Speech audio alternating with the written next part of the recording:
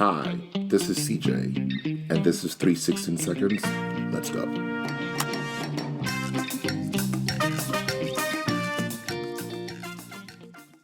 Hey, good morning, or good afternoon, or good evening, whatever time it is. God bless you, and thank you for being here today.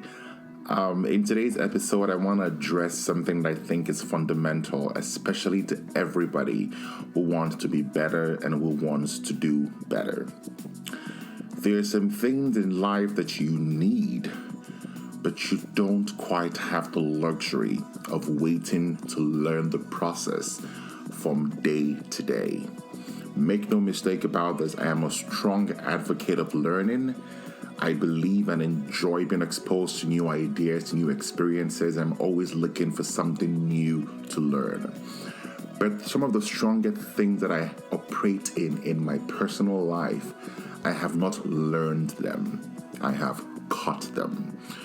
And so recently we had a first timer who came to our local church, and she had read up the website for our church. And on that website, there's a story about me, which I'm not sure many of you might know. But so I am a worship leader. I write songs, I sing songs, but it has not always been this way. Growing up, I really had a very terrible voice. I didn't know how to hold a pitch. I was probably tone deaf. I was just a yucky singer. So bad was I that my loving mother would tell me during the morning prayer devotion to maybe not sing so I don't mess up the atmosphere in the room, because my sister was a naturally gifted singer, was just able to carry this flawless notes. And oh, how I longed to be one who could sing. And so in my heart, I really began to desire singing. And fast forward some decades, and here we are now. And I can sing by the grace of God, and I'm so acutely aware that I believe somebody somewhere just kind of was lazy with their gift, and so God took it, and God gave it to me. There's precedence for that. There's a story in the book of Matthew that talks about the talents and how talents were taken from the one servant who was not using it and given to the one who was willing, or who had shown aptitude in using talent. So today I want to talk to us about catching things and not learning them. We'll take a text from the book of 2 Kings chapter 2. I'm going to read from verse 1. When the Lord was about to take Elijah up to heaven in a whirlwind, Elijah and Elisha were on their way from Gilgal. Elijah said to Elisha, "Stay here, the Lord has sent me to Bethel." But Elisha said, "As surely as the Lord lives, and as you live, I will not leave you." So they went down to Bethel. The company of the prophets at Bethel came out to Elisha and asked, "Do you know the Lord is going to take your master from you today?" "Yes, I know," Elisha replied, "so be quiet." Then Elijah said to him, "Stay here, Elisha. The Lord has sent me to Jericho."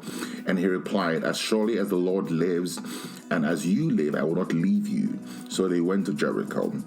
The company of the prophets at Jericho went up to Elisha and asked him, "Do you know that the Lord is going to take your master from you today?" "Yes, I know," he replied, "so be quiet." Then Elijah said to him, "Stay here, the Lord has sent me to the Jordan." And he replied, "As surely as the Lord lives, and as you live, I will not leave you." So the two of them walked on. 50 men from the company of the prophets went and stood at a distance, facing the place where Elijah and Elisha had stopped at the Jordan. Elijah took his cloak, rolled it up, and struck the water with it. The water divided to the right and to the left, and two of them crossed over on dry ground. When they had crossed, Elijah said to Elisha, "Tell me, what can I do for you before I am taken from you?" "Let me inherit a double portion of your spirit," Elisha replied. "You have asked a difficult thing," Elijah said. "Yet if you see me when I am taken from you, it will be yours, otherwise it will not be." As they were walking along and talking together, suddenly a chariot of fire and horses of fire appeared and separated the two of them, and Elijah went up to heaven in a whirlwind. Elijah saw this and cried out, my father, the chariots and horsemen of Israel. And Elisha saw him no more. Then he took hold of his garment and tore it in two. I'm going to jump to verse 15. The company of the prophets from Jericho who were watching said, the spirit of Elijah is resting on Elisha. And they went to meet him and bowed to the ground before him. So this is a somewhat popular story of Elijah and his protege Elisha. And Elijah is about to be taken away, and he is walking with his protege Elisha. And 3 times Elijah tries to persuade Elisha to stop. And each of those times Elisha refuses to heed. The first key to catching things you don't have the time to learn is you must be persistent. Nothing should be able to distract you.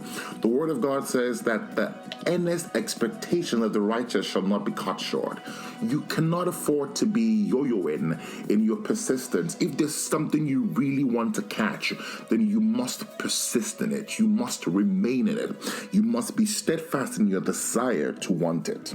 I'll share with you the rest of this when next we gather together. Have a wonderful day.